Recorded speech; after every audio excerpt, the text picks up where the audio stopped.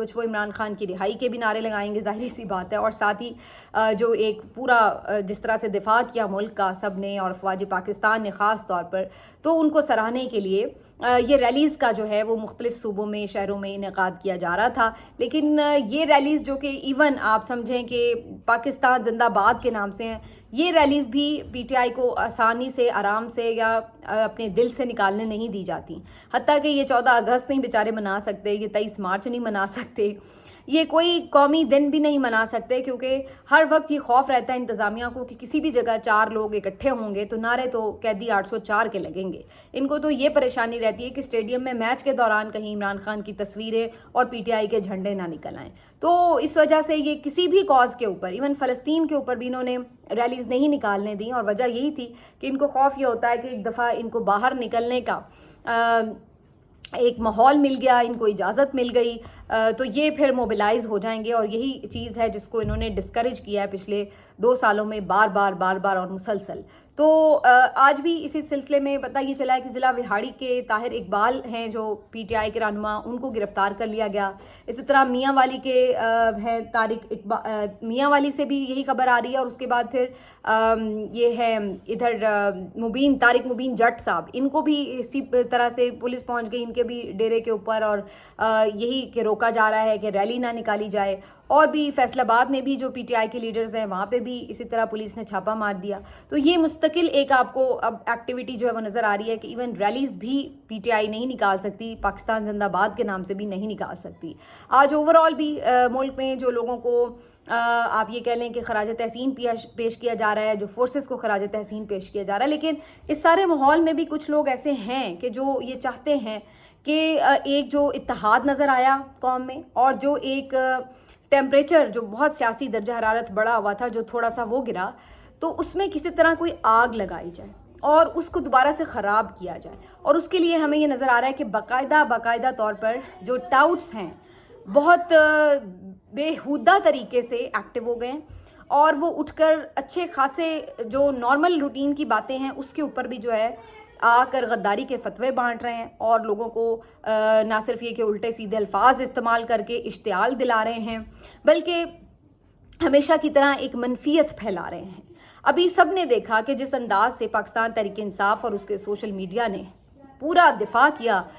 Unity کے ساتھ اس پوری سچویشن میں، اور کس طرح سے انہوں نے افواج پاکستان کے اوپر تنقید کو روکے رکھا، جس طریقے سے انہوں نے الٹا بکپ کیا، ان کی حوصلہ افزائی کی، حالانکہ وہ سب اندر سے ناراض بھی تھے. ان کے ساتھ جو کچھ ہوا، جو ابھی تک ہو رہا ہے، اس کے باوجود بھی ان کا لیڈر سٹل جیل میں تھا. وہ کہہ کے تھک گئے کہ لیڈر کو محفوظ مقام پر منتقل کر دیں، اے پی سی بلا لیں، اس میں شامل کر لیں. لیڈر کی رہائی کے لیے وہ تھک گئے کہہ کے، لیکن ان کے لیے کوئی نرمی نہیں دکھائی گئی. اس کے باوجود بھی انہوں نے یہ نہیں کیا کہ وہ ہم دیکھیں کہ جیسے بلوچستان کے لوگ پھر اعلان غصے کا اظہار کرتے ہیں، وہ چیز ہم نے نہیں دیکھی. وہ پھر ایسی صورت میں جب جنگ مسلط ہوئی تو وہ پھر پیچھے کھڑے ہو گئے. ان سے زیادہ محب وطن اور کون ہوگا؟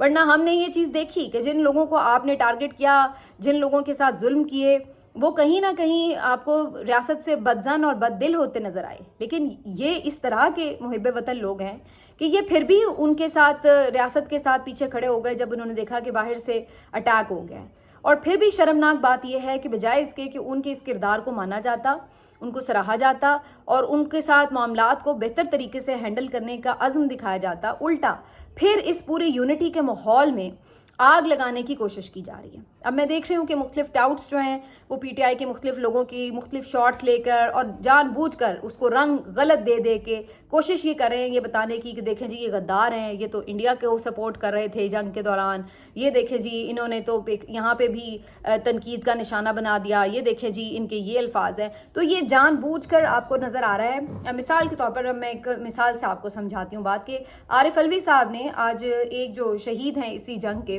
اسکواڈرن لیڈر عثمان یوسف،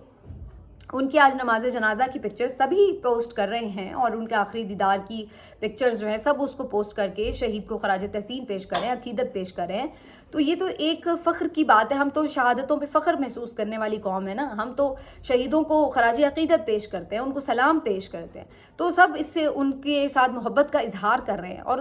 تو یہاں پہ ڈاکٹر عارف علوی صاحب نے بھی اسی طرح ان کی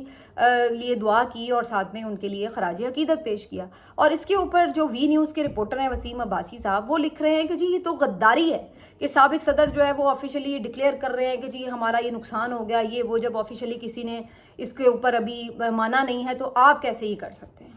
حالانکہ پورا سوشل میڈیا بھرا ہوا ہے اور اس کو مطلب تمام صحافیوں نے کنفرم کیا. یہ خبر 2 دن سے چل رہی ہے, یہ کوئی ایسی بات نہیں ہے کہ جس کا کوئی ڈینائل آیا ہوا ہے,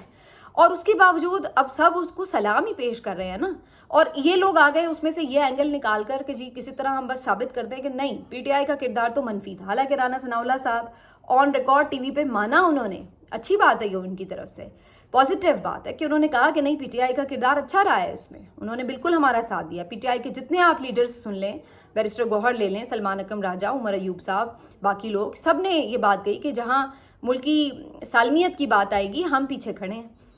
ایک ان کا یہ لفظ تھا, ایک جملے میں انہوں نے بات ختم کر دی. تو کہنے کا مقصد یہ ہے کہ انہوں نے تو اس چیز کو, لیکن یہ ڈاؤٹ سے برداشت نہیں ہو رہا کہ یہ ٹیمپریچر ڈاؤن کیسے ہو گیا ہے. اور اس کو تو ہم نے دوبارہ سے یہ ثابت کرنا ہے کہ جناب یہ سارے پی ٹی آئی کے جو لوگ ہیں یہ تو جو ہیں وہ غدار ہیں. ہم تو بڑی مشکل سے 2 سالوں سے یہ بیانیہ بنا رہے تھے کہ یہ دہشت گرد ہیں, یہ غدار ہیں, یہ ملک دشمن ہیں, اور یہ شخصیت پرست ہیں, اور یہ عمران خان نہیں تو پاکستان نہیں. تو اس طرح کی باتوں کے جملوں کو توڑ مروڑ کے اور ان کے اپنے اپنے میننگز نکال کے یہ ثابت کرنے میں 2 سال ہمارے گزر گئے. اور یہ 3-4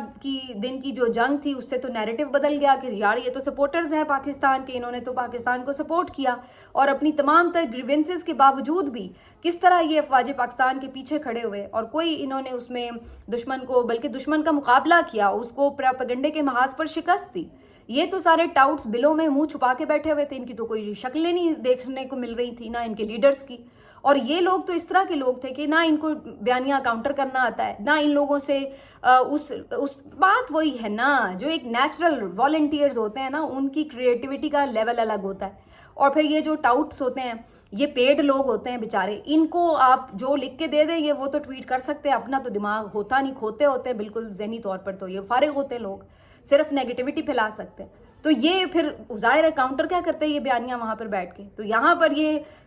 پاکستان کے عوام ہے سوشل میڈیا کے اوپر, ہر بندہ پاکستان کا جو ہے وہ پاکستان کے مفاد کے لیے, اس کے دفاع کے لیے کھڑا ہوگا, ہر کوئی اپنے طور پر اس کا جواب دے رہا ہوگا جب کوئی غلط بات کر رہا ہوگا. تو یہ ٹاؤٹس تو نہیں اس طرح وہ مقابلہ کر سکتے تھے, لیکن یہ ٹاؤٹس اس جوگے ضرور ہیں کہ یہ باہر نکلیں اور لوگوں کے اوپر غداری کے فتوے بانٹیں اور یہ بتائیں کہ جی کس نے کیا کیا کیا نہیں کیا. تو کوئی بھی مطلب نکال کر باتوں کا اور اس کو عجیب و غریب انداز سے پریزنٹ کرے. میرے بھی کوئی ایک ٹویٹ نکال کے اس کے اوپر شروع ہوئے اور بے شرم ہو اور لانتی کردار ہو, اور پتہ نہیں کیا میں اپنے منہ سے الفاظ نکالوں. آپ لوگوں کے لیول پہ تو ہم آ نہیں سکتے جتنے آپ لوگ گھٹیا لوگ ہیں, کہ ساری میری ٹائم لائن بھری ہوئی ہے کہ ہم انڈیا کے ساتھ ہیں یا پاکستان کے ساتھ ہیں, اور آپ کو ایک جملے کا اپنا مطلب نکال کر اس میں ہے بھی ایسی کوئی بات نہیں اور اس کے اوپر جناب شروع ہو جائیں کہ جناب یہ دیکھیں جی یہ تو انڈیا کو سپورٹ کر رہے ہیں. تو فٹے ہی منہ آپ کی سوچ کے اوپر اور فٹے ہی منہ آپ کے کردار کے اوپر. تو بہرحال یہ ایک اوور آل میں نے بات کی کہ اس میں انہوں نے صحافیوں کو بھی نہیں چھوڑا, اس میں سوشل ایکٹیوسٹ کو بھی نہیں چھوڑا, اس میں پی ٹی آئی کے کچھ لوگوں کے بھی جہاں انہیں موقع ملا کہ کسی بھی جملے کو توڑا مروڑا جا سکتا ہے وہاں پہ آ کے آج یہ بھرپور طریقے سے اٹیک انہوں نے کیا ہوا ہے کہ جناب ہم کسی طرح یہ جو ہے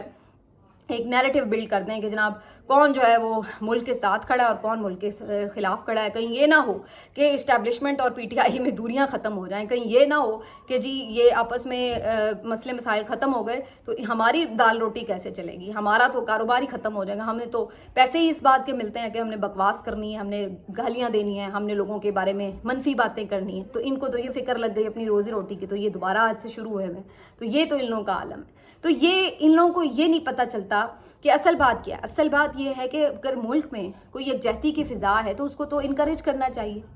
اس میں تو آپ کو یہ کہنا چاہیے کہ یار اچھی بات ہے بات چیت کے ذریعے مسئلے مسائل حل ہوں, تو اس سے اچھی کیا بات ہو سکتی ہے. لیکن یہ لوگ ہر